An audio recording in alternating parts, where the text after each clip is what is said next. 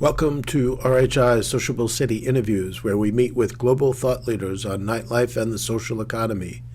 Today we are with Robert Pomplun, Chief Learning Officer, Serving Alcohol, Inc. Hey, Bob, it's great to see you again. We have a long history together, but I think for those of you who don't know you, can you give a little bit of background of how you got to do the work you're doing? And principally, what is it that your primary area of expertise is? Jim, I started my own company in 1982, 83 in that area. I had a contact with Jim Schaefer, who contacted me to you in 85. But I started server training because I didn't understand the motive of some of the owners in why they did things that they did. And I wanted to change that or know the difference uh, of what should be done or needs to be done to maintain safety and to create an environment where people are safe and um, and able to get home safely and enjoy their time while they're in the bar, in the restaurant, or the nightclub at the time that they're there. And I think that there were other things that servers could do, and managers and all staff, that would make it more enjoyable and safer for them to be in an environment where alcohol may change the behavior of people at times. What was it that you were doing that kind of gave you the insights or the skills that you needed to do this work? Well, I I had an education background in teaching, and it was just another form of teaching that came there. And I think the point is that the family element, like in Wisconsin bars and restaurants, and in many small towns and bars and restaurants, a lot of the customers turn into family, and you get to know these customers more. So you really change the dynamics of service sometimes when you're taking care of people that you got to know. And I think that's with people who like to drink, you get to know more because you see them every more frequently. But the aspect of how to promote safety is one of the things that I think is needed to be involved, so people don't put themselves or other people in harm's way. So, in your career, obviously it goes back quite a number of decades. And I know that you originally were focusing in on responsible beverage service training and awareness for owners and staff and managers. But what about your transition to security, which, for me, you've got safety and you've got security, but you've kind of evolved to have a broader focus on security, and particularly in clubs. So in your career, how have you seen the role of security staff in venues evolve and change? Um, I train some of the venues, 125 bartenders, 20 to 25,000 people they can get for events and stuff like that.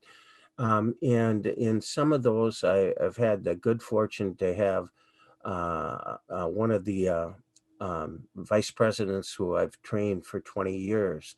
And the biggest training that I see is one, security at entry. Two is the handling of, if it's depending on the age or the event that's going on, that you have to have your security and your house policies explained and executed. And then the degree of the intent of the response is to separate and to adjust your responses to the need for what needs to be done with the situation. And I think that the more training that you have, and having enough people communicating back and forth, is the biggest change that I've seen. security isn't how much it costs you, it's how much it saves you. But the actions of your security people have to go through training to get to the point where they're not making things worse than they need to be. And I think that goes back to the aspect of civility and respect are things that have to be monitored and controlled to equate to safer environments. And I think that that's the change that I see is the implementation of more communication with the patrons to produce that element of civility and respect. So what you're saying is in a way the point of contact that's most critical is that point of entry.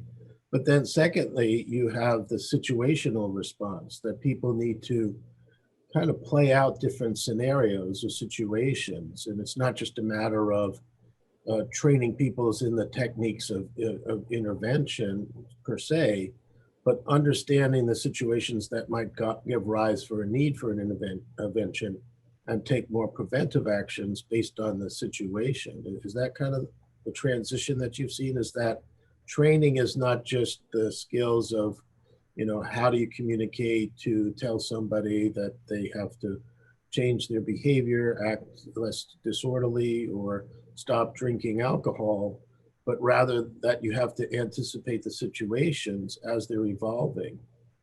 Yeah, and that's an ongoing thing. But Jim, the majority of all risk is communicated by staff's interaction with patrons.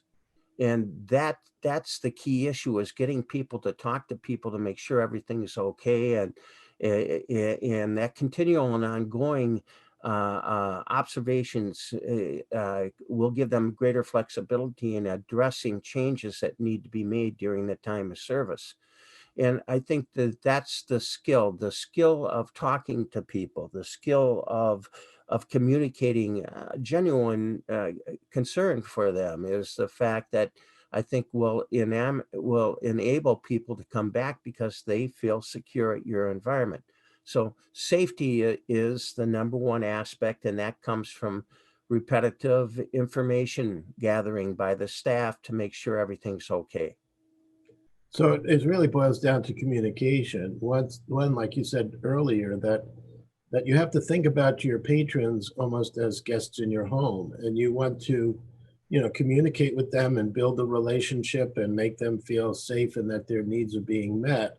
But there's also an expectation on your guests that they're going to respect your home, respect your space by acting in a civil and orderly way. And so that's all the kind of communication that occurs is it's not just standing at the door to be intimidating, but rather it's embracing the person as if they're a guest in your home.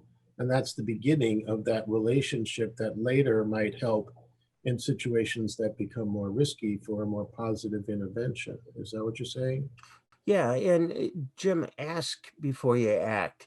If you ask somebody to help you, hey, can you do me a favor? Hey, can you help me out? He's doing you a favor.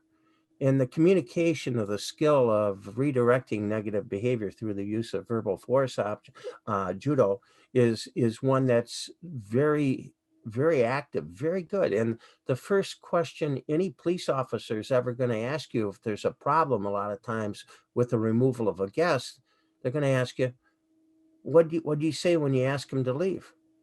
You don't ask that question, you got a problem. Mm-hmm. So it's really that communication is a key factor. Now, what would be some of the evolving situations in your career that you've seen? Obviously, back in the day, in that period of the early '80s, a lot of focus was around underage drinking and drunk driving. But more recently, there's been a shift to other types of security risks and situations that people have to be alert to. So, what would be those new emerging situations? Social spacing, the right of customers to have the ability to be left alone if they don't want to socialize with other people or if they do. But the point is that you've got to respect the space of people now in nightclubs and bars and restaurants at times, because at this point, there are some people are still under stressed with the covert 19 virus and the aspect of spacing, and also the aspect of the fear of catching it. So, you still have ongoing problems that want to deal with the differentiation of how you enforce spacing requirements in restaurants, bars, and nightclubs. That fear is still there. So, um, how you manage the crowd and dealing with that is another big issue. Mhm.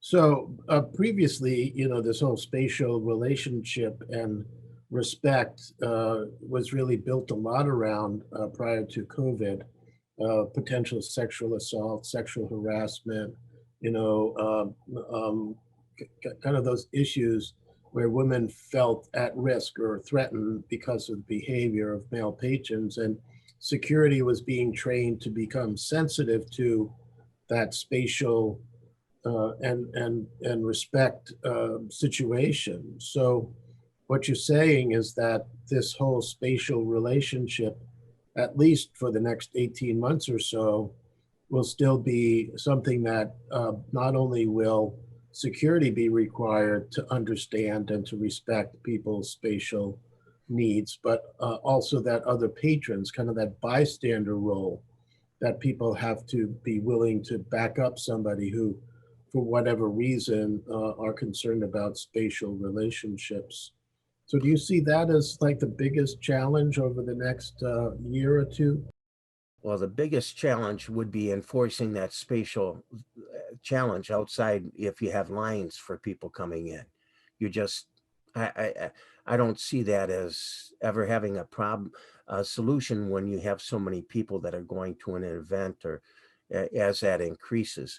What I do see is the right of patrons to respect the wishes of other patrons. Not all patrons want to interact with other people with the risk of the virus that's out there. And how to explain that when people get hurt feelings, or their misunderstanding, because alcohol confuses people.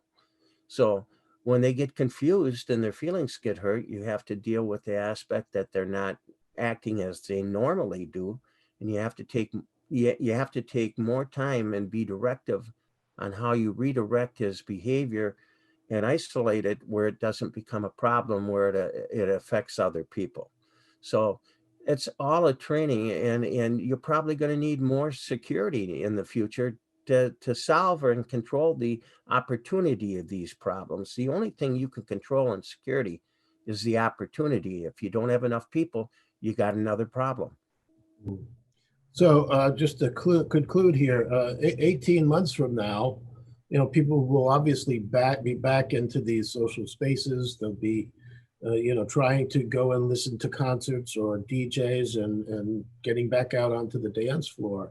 But you envision that the spatial requirement will still be a part of a transitional phase, that security people will have to be sensitive, that not everybody's going to be willing to overcome that kind of social isolation they've had for the past year or more by the time they go out.